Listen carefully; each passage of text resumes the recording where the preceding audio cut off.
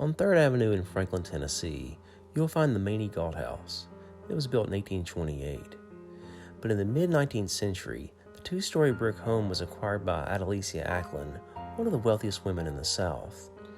Adelicia had a soft spot for her cousin, Sallie Carter, who was struggling to raise 5 children after both of her previous husbands passed away. Adelicia gave the house to Sallie, and she quickly moved in and got settled. Unfortunately for Sallie and her children, the Civil War erupted at their doorstep on November 30th, 1864.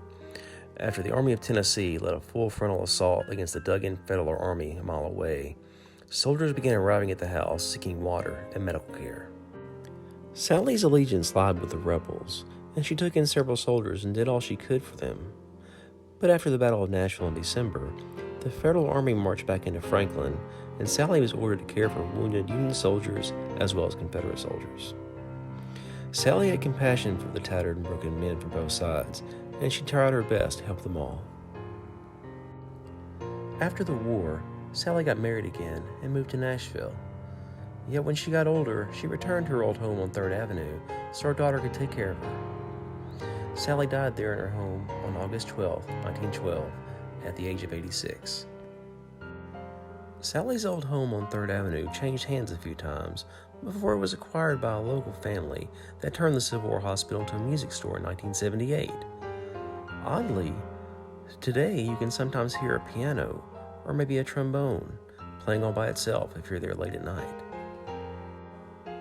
One of the most common occurrences in the building is hearing footsteps walking around throughout the house. Some unsuspecting music teachers and staff members have also seen Sallie standing on the steps or in various rooms of the house. Perhaps the most famous story comes from a painter who rented one of the rooms upstairs as a studio. One night she came in and she saw a lady sitting in a rocking chair. The woman told the painter that she used to live in the house, and then she just disappeared. In the spring of 2021, while working on my book, Southern Ghost Stories, Franklin, Tennessee, I stopped in and talked with some people who worked in the music store. One of the ladies invited me to take a look around. As I walked around, I pulled out my digital recorder and began trying to communicate with Sallie. After complimenting her on how beautiful the house was, I got a very eerie response. Did you hear that? I'll play it again. She said, "It's mine." In addition to the ghost stories, there is something really odd about the Money Gaut House. When you walk into the home, you will notice glass around the front door. Strangely, in one of the panes, there's a handprint. According to legend, the handprint's been there for decades, but each time it's cleaned, it comes right back. If you'd like more information about the hauntings in Franklin, check out our book, Southern Ghost Stories, Franklin, Tennessee.